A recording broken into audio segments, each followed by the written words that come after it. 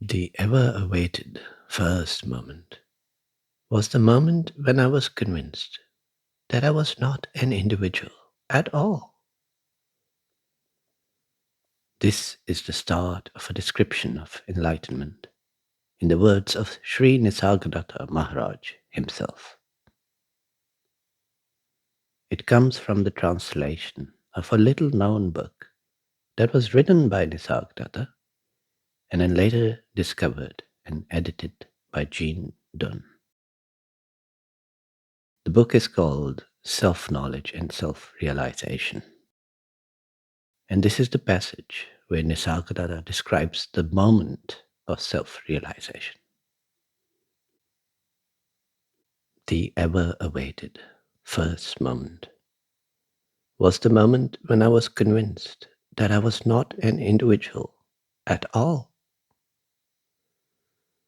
The idea of my individuality had set me burning so far. The scalding pain was beyond my capacity to endure. But there is not even a trace of it now. I am no more an individual. There is nothing to limit my being now. The ever present anxiety and the gloom have vanished. And now I am all beatitude, pure knowledge, pure consciousness. The tumors of innumerable desires and passions were simply unbearable. But fortunately for me, I got hold of the hymn, Hail, Perceptor, and on its constant recitation, all the tumors of passions withered away as with a magic spell. I am ever free now. I am all bliss, sans spite, sans fear. This beatific conscious form of mine now knows no bounds. I belong to all, and everyone is mine. The all are but my own individuations, and these together go to make up my beatific being. There is nothing like good or bad, profit or loss, high or low, mine or not mine, for me. Nobody opposes me, and I oppose none, for there is none other than myself. Bliss reclines on the bed of bliss. The repose itself has turned into bliss. There is nothing that I ought or ought not to do, but my activity goes on everywhere, every minute. Love and anger are divided equally among all, as are work and recreation. My characteristics of immensity and majesty, my pure energy, and my all, having attained to the golden core, repose in bliss as the atom of atoms. My pure consciousness shines forth in majestic splendor.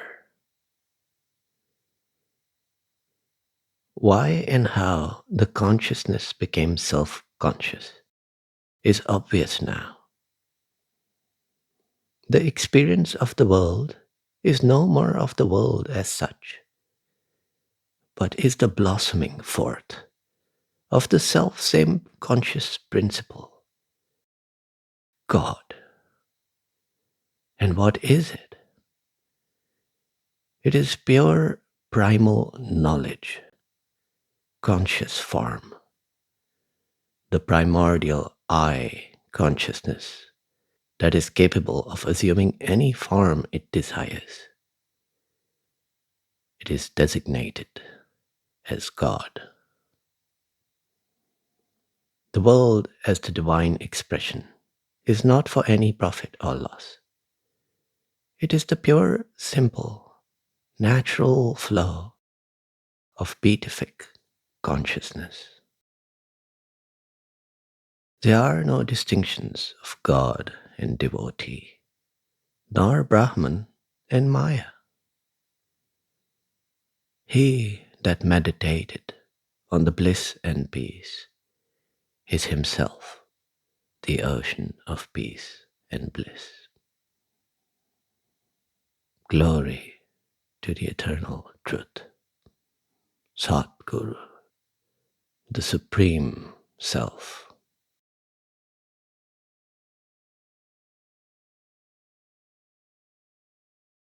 If you have read or listened to Nisargadatta's dialogues, especially the later ones, this passage has a very different tone to it. It is filled with the feelings that flood the mind at the moment of awakening. But setting that aside, this passage and all of Nisargadatta's dialogues are a meditation on the very same point. The ever awaited first moment was the moment when I was convinced that I was not an individual at all. Not an individual at all. This individuality, the idea of it, the assumption of it, is all that needs to be seen through. You are not this individual. You are just this conscious presence. This sense that you are, that you exist, does not point to any individual or any trace of individuality, but only to this fact of being present and conscious. This conscious presence, this pure consciousness, is non-dual in nature. The duality is only in the I thought, in the belief of individuality, in the idea of separate selves.